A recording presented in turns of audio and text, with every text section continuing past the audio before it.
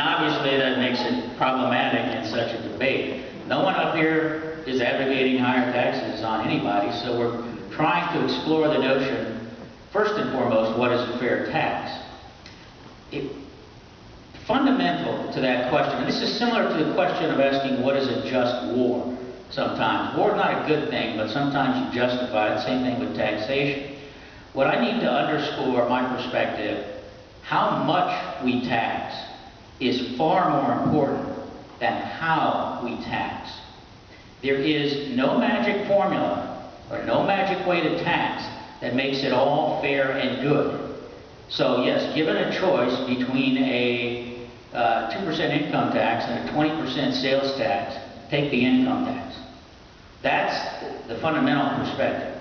We went through the different ways to tax, and there's income and there's property and there's sales taxes, and they have all various goods and bads associated with them. But the one thing that wasn't mentioned that I want to mention is regressivity. That's one of the main problems that I have with the sales taxes. They do end up disproportionately on lower incomes than on higher incomes. That is probably one of the main objections to sales taxes and consumption taxes. The other problem I have with it, aspect of it, is that it co-opts businesses into being tax collectors for the government. And I prefer that government do its own dirty work. I think it's much better. That's the kind of business-government partnership I think we do not want. And it can even be hidden for that reason. We all have gas taxes, which is a form of sales tax as well. Get into specifics. That's pretty much hidden from us. We don't know how much when we go to the pump is the tax, because it's gathered by the business, and they actually pay the tax, and they are the tax collectors. But in order to get my perspective, I'll tell you all a story as to how I came to the position. I mean, I was raised by Goldwater Republicans. As far as I know, I'm the only one on this panel who actually voted for Ronald Reagan, because I'm old enough to have done that, and I've voted for him in a primary once even, so it goes pretty far back. All my life, I heard that the Democratic Party was the party of big government, and there is some truth to that. But if you listen to Democrats, they'll tell you, no, we're not a big government, we're not for big government. What they will tell you is, you Republicans, you're just always for the rich. That's your problem. You're always for the rich.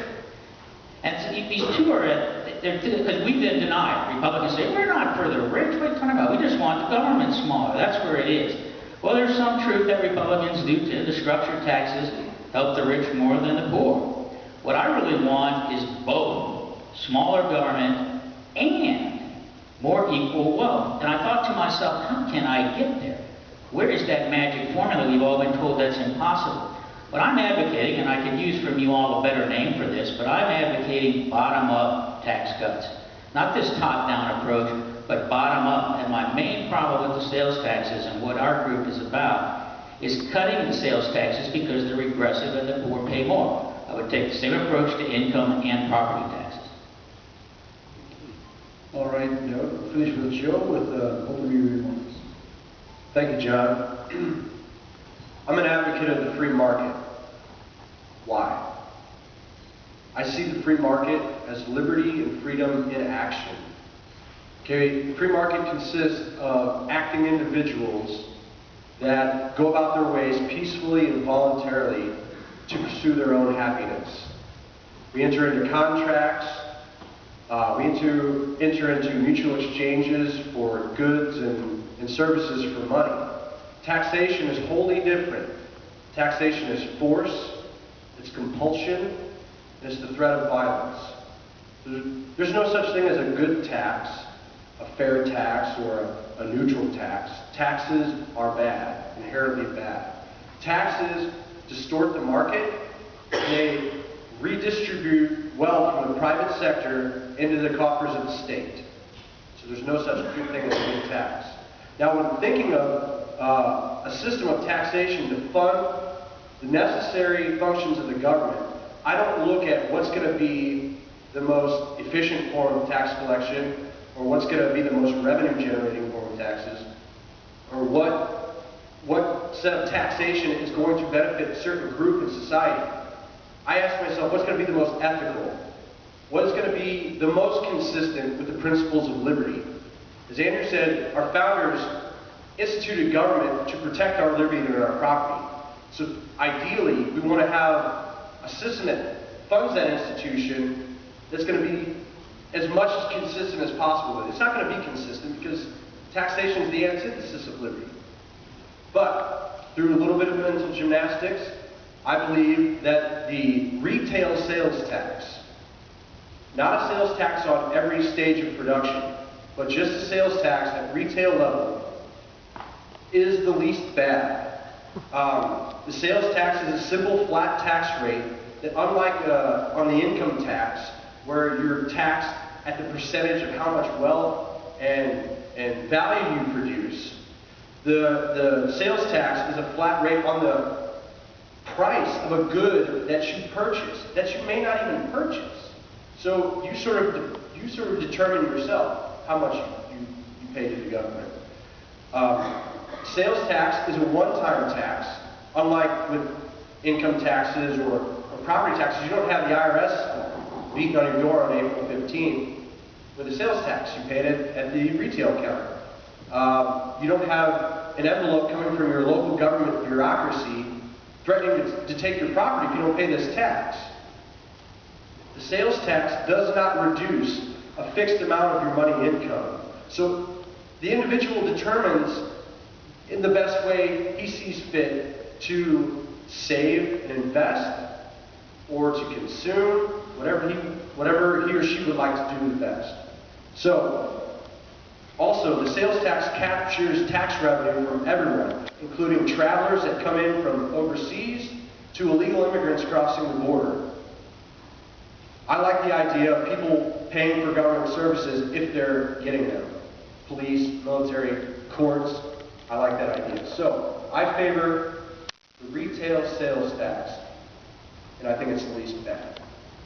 Thank you. Now, Andrew, do you agree with all that, what you just heard, or do you have a different opinion in rebuttal? I believe the evidence is in. People are going to seek out economic freedom. Over the last 50 years, there's been 10 states to implement new income taxes. And the results have been absolutely devastating. 9 out of 10 lost gross state product. So if you compare a snapshot prior to them implementing income tax, and then look what happened afterwards. 9 out of 10 lost gross state product. 10 out of 10 lost personal income. So if you compare how much money people made in that state prior to implementing the income tax versus afterwards, and compare it to how the U.S. overall, 10 out of 10 lost personal income. 10 out of 10 lost population relative to the United States as a whole. So I believe the evidence is in. People are going to vote with their feet, and they're going to seek out economic freedom. Joe, you agree, I guess.